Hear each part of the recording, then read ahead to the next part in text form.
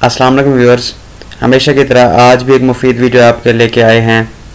आज की इस वीडियो में हम डिस्कस करने वाले हैं, अगर तो आपके ऊपर किसी भी किस्म की एक नाजायज़ एफआईआर हो जाती है तो आपको इस सूरत हाल में क्या करना चाहिए। इस सूरत हाल में आपको क्या इक़दाम करने चाहिए, आपको कहाँ जाना चाहिए और किस तरह से आपको अपने इस केस को हैंडल करना चाहिए। तो आज की इस वीडियो में हम ये तमाम पहलू डिस्कस करेंगे। वीडियो पे आगे बढ़ने से पहले अगर तो आपने हमारे चैनल को सब्सक्राइब नहीं किया तो चैनल को सब्सक्राइब कर लें ताकि आने वाली हर इस तरह की मुफीद मालूमात आप तक बर वक्त पहुँच सकें। तो आगे बढ़ते हैं वीडियो की जानिब। अगर तो कभी आपके ऊपर किसी किस्म की भी कोई नाजायज़ एफआईआर हो जाती है तो आपने बिल्कुल भी नहीं घबराना। आपने सबसे पहले अपने मुतल्लिका थाना, जहाँ पे आपको पता चलता है, आपको इन्फॉर्मेशन मिलती है कि आपके ख़िलाफ़ इस थाने में कोई मुकदमा अंदराज हो चुका है, तो सबसे पहले आपने उस थाने से अपने मुकदमे की एफआईआर की कापी लेनी है। अब कापी लेने के मुख्तलिफ़ तरीक़ाकार हैं। आप ख़ुद जाके वहाँ से अपने एफआईआर की कापी ले सकते हैं, जिसमें वो तमाम तफसीलात मौजूद होंगी कि आपने कौन सा जुर्म किया है और कौन सी दफ़ात के तहत आपके ऊपर एफआईआर है। अगर तो किसी मजबूरी में आप ख़ुद नहीं जा सकते या गिरफ़्तारी के खौफ से आप ख़ुद नहीं जा सकते तो उसका दूसरा तरीक़ाकार ये है कि आप बाज़रिया वकील या किसी रिश्तेदार को भेज सकते हैं, वो जाके आपके नाम की एफआईआर निकलवा सकता है। उसमें सिर्फ आपको अपना शनाख्ती कार्ड का नंबर देना होगा, तमाम तर डाटा वहाँ पे आ जाएगा।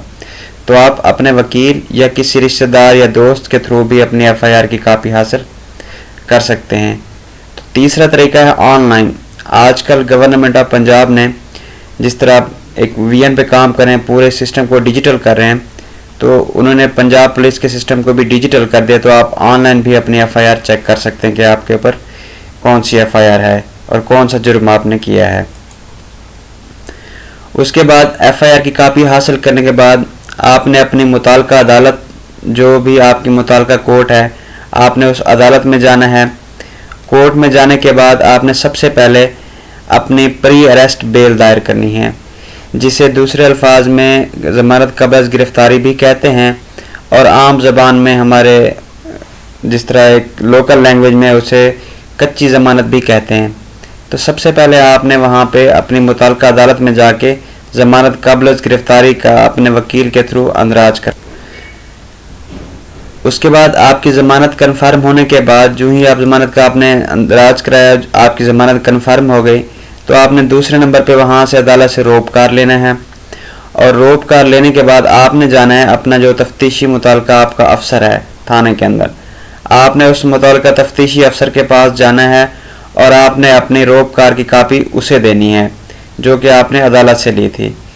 और उसके बाद आपने उसे वो तमाम तर सबूत फराहम करने हैं कि आपका इस मुकदमे से कोई लेना देना नहीं है, आपके ऊपर ये गलत मुकदमा हुआ है, आपके ऊपर गलत मुकदमे का अंदराज हुआ है।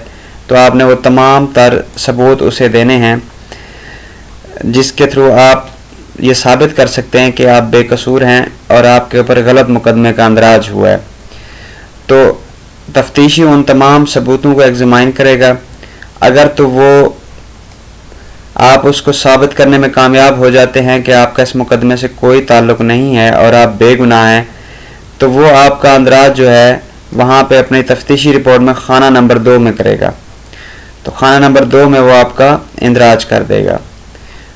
उसके बाद अगर तो आप उस मुकदमे के अंदर वाहिद मुल्ज़िम हैं, मतलब आपके ऊपर अकेली आपके ऊपर एफआईआर, कोई दूसरे साथी या किसी और का तज़किरा नहीं है, आप वाहिद उसमें मुल्ज़िम हैं, तो तफ्तीशी अफसर के पास ये अख्तियार है कि अगर तो इन सबूत की बिना पे आप साबित कर देते हैं कि आप बेगुनाह हैं और आपका इस मुकदमे से कोई लेना देना नहीं है, तो उसके पास अख्तियार है कि वो आपके वहीं पे आपके मुकदमे से आपको डिस्चार्ज कर सकता है, आपके मुकदमे को डिसमिस कर सकता है और आपके ऊपर पर्चा खारिज हो सकता है।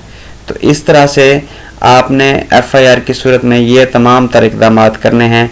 बहुत सारे दोस्तों को मालूमात नहीं होती, जिस वजह से वो अपने मुकदमे को सही तरह से डील नहीं कर पाते। तो हमारे चैनल को सब्सक्राइब करें ताकि आइंदा आने वाली इस तरह की मुफीद मालूमात आप तक बर वक्त पहुँच सके।